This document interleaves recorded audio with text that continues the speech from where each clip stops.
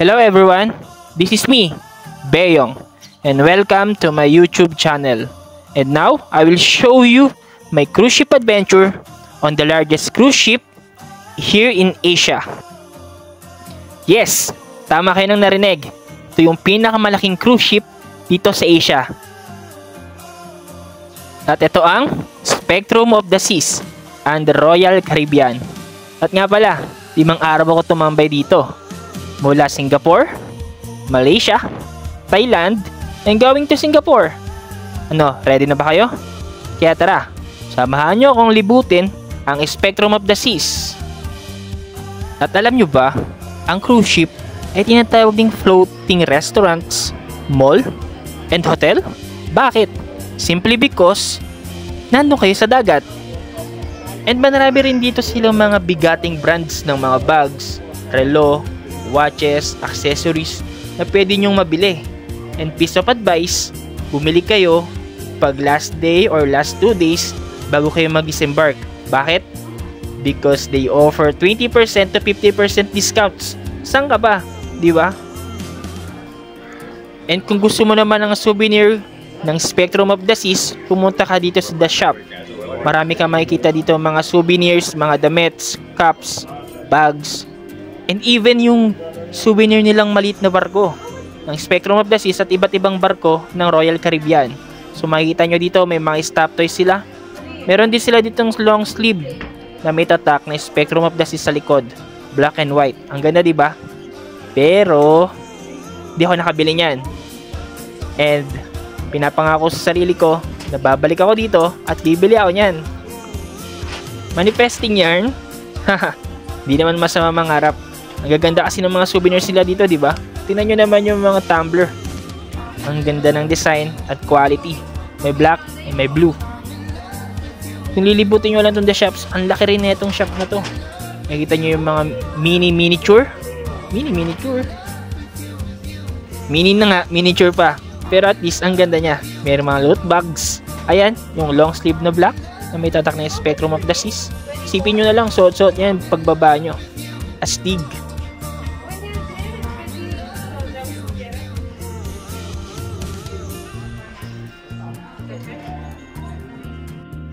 Tara, lipat naman tayo sa ibang deck or floor ng Spectrum of the Seas.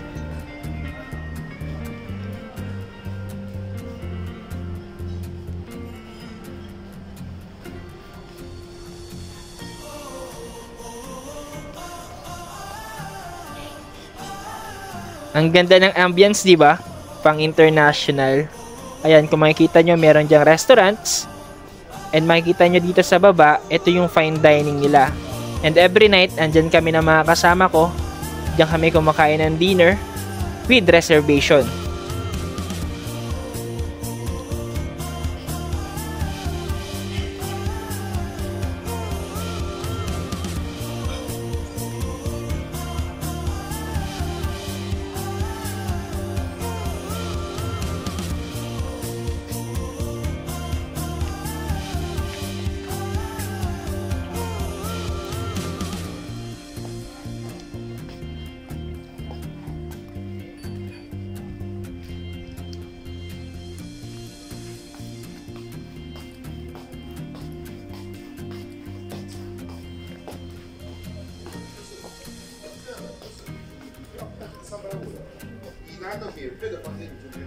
And I think sa side na to, dito sila yung mga nag-offer or na mga nag-inquire para sa kanilang next cruise ship. Punta naman tayo dito sa deck 5 ng Spectrum of the Seas. Makikita nyo dito yung mga decks. We have deck 1 to deck 16. And ano nga ba yung makikita natin sa deck 5? Mostly, ito yung mga restaurants. Makita nyo dito yung piano, which is may mga times na nag-perform sila sa elevator. Andito tayo ngayon sa Chops Grills. Dito naman may nagla-live performance dito ng mga pianist. Unfortunately, wala ngayon kasi maaga pa. And now, nandito tayo ngayon sa Focus Photo Gallery. Dito ay nag-offer sila ng mga pictures, photos para sa souvenir mo. And I think it's not free. And syempre, hindi ko naman kailangan yan. Bakit? Kasi may mga kasama kong magagaling kumuha ng pictures. Mga professional photographer ba?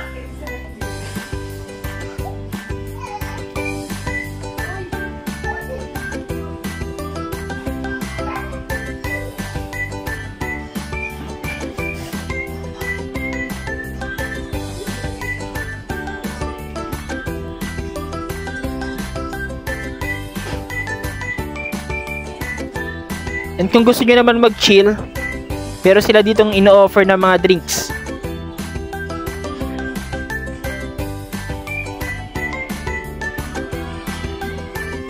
At nga pala, shoutout sa mga seaman and seafarers na marunong na mga nuts na to. Ang galing, di ba?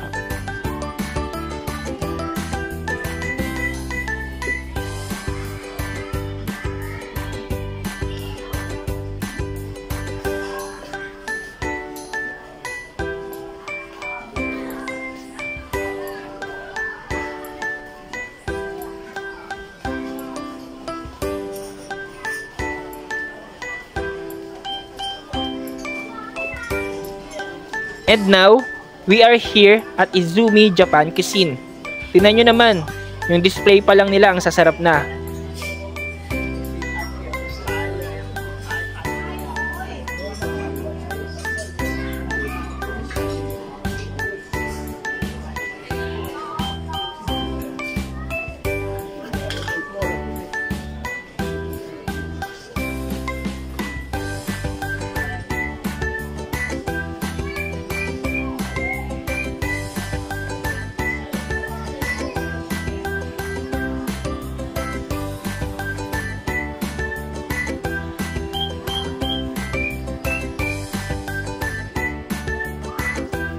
And punta naman tayo dito sa bar nila na walang barista.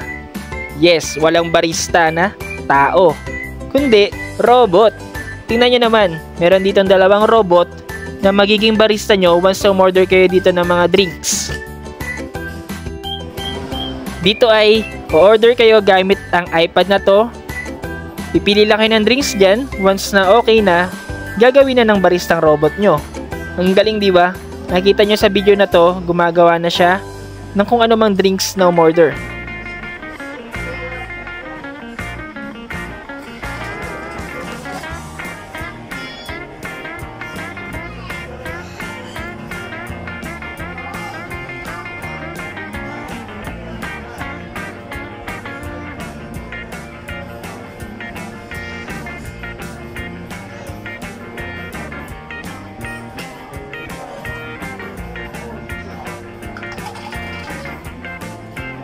And ayan, tapos na. Ready to drink na yan.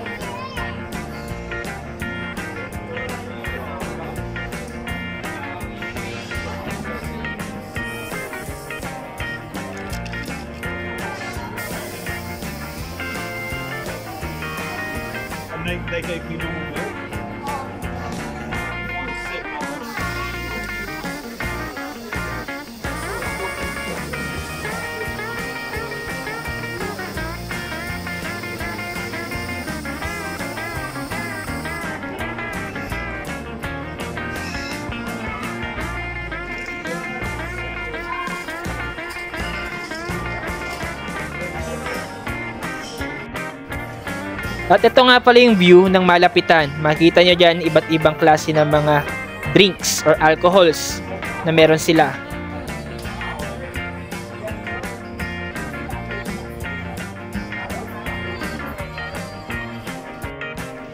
Andito naman tayo ngayon sa music hall.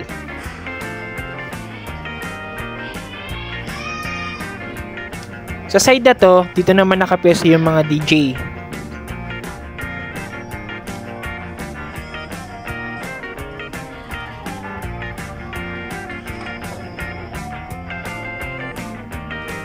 Unfortunately, guys, sarado pa siya.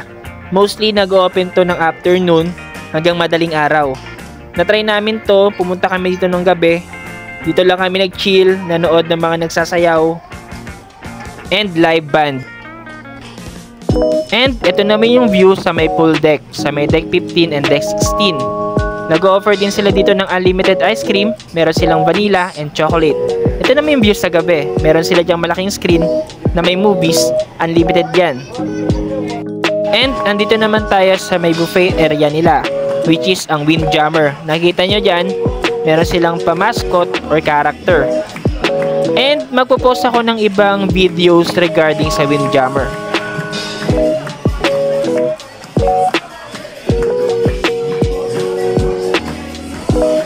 And they offer different cuisines. Meron sila ditong Asian, Middle East, American, Italian, Indian, at marami pang iba. Ito naman yung view sa harapan ng barko. Andito tayo ngayon sa solarium. Dito pwede ka mag-chill, ang tahimik lang ng ambience, talaga makakapagpahinga ka. Meron ditong pool at jacuzzi. At sa paglalakad ko, may nakita ko ditong isang game. At hindi ko naman alam kung paano siya laruin. Tinry ko lang. But I think, once na yung pato mo, pumunta dun sa mga numbers, maybe mananalo ka kung pataasan or may target kayong score. Hindi ko alam eh. Please comment naman kung alam nyo. Basta ang alam ko, this is me, this is you, this is we.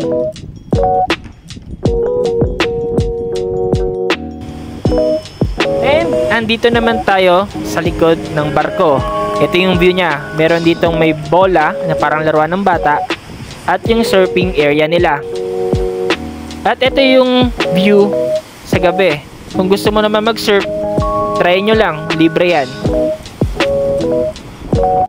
And kung gusto nyo naman ma-experience maging superhero at lumipad, pwedeng-pwede nyo tong itry. Andito lang din siya sa may likod ng barko. Sa harap naman ng surfing area.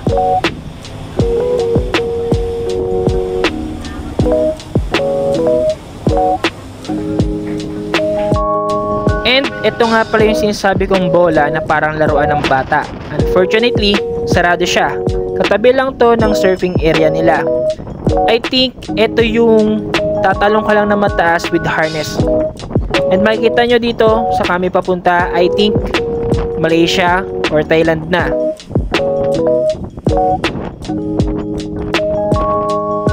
And dito nyo rin makikita yung transparent glass na floor nila. Ang taas, di ba? Meron din sila ditong bump car which is located sa basketball court. Andito nga pala yung kasama ko, si Rin, si Ali, and si Greg. And syempre, naglaro din ako sa basketball court nila. Syempre, bihira lang ito makapaglaro sa loob ng barko. Pero syempre, hinay-hinay lang. Bawal manakit. And sa side ng basketball court, meron din silang table tennis, archery, and games for the kids. Meron din silang mga events every night. Meron dito yung mga 80s dance, 90s, and silent disco.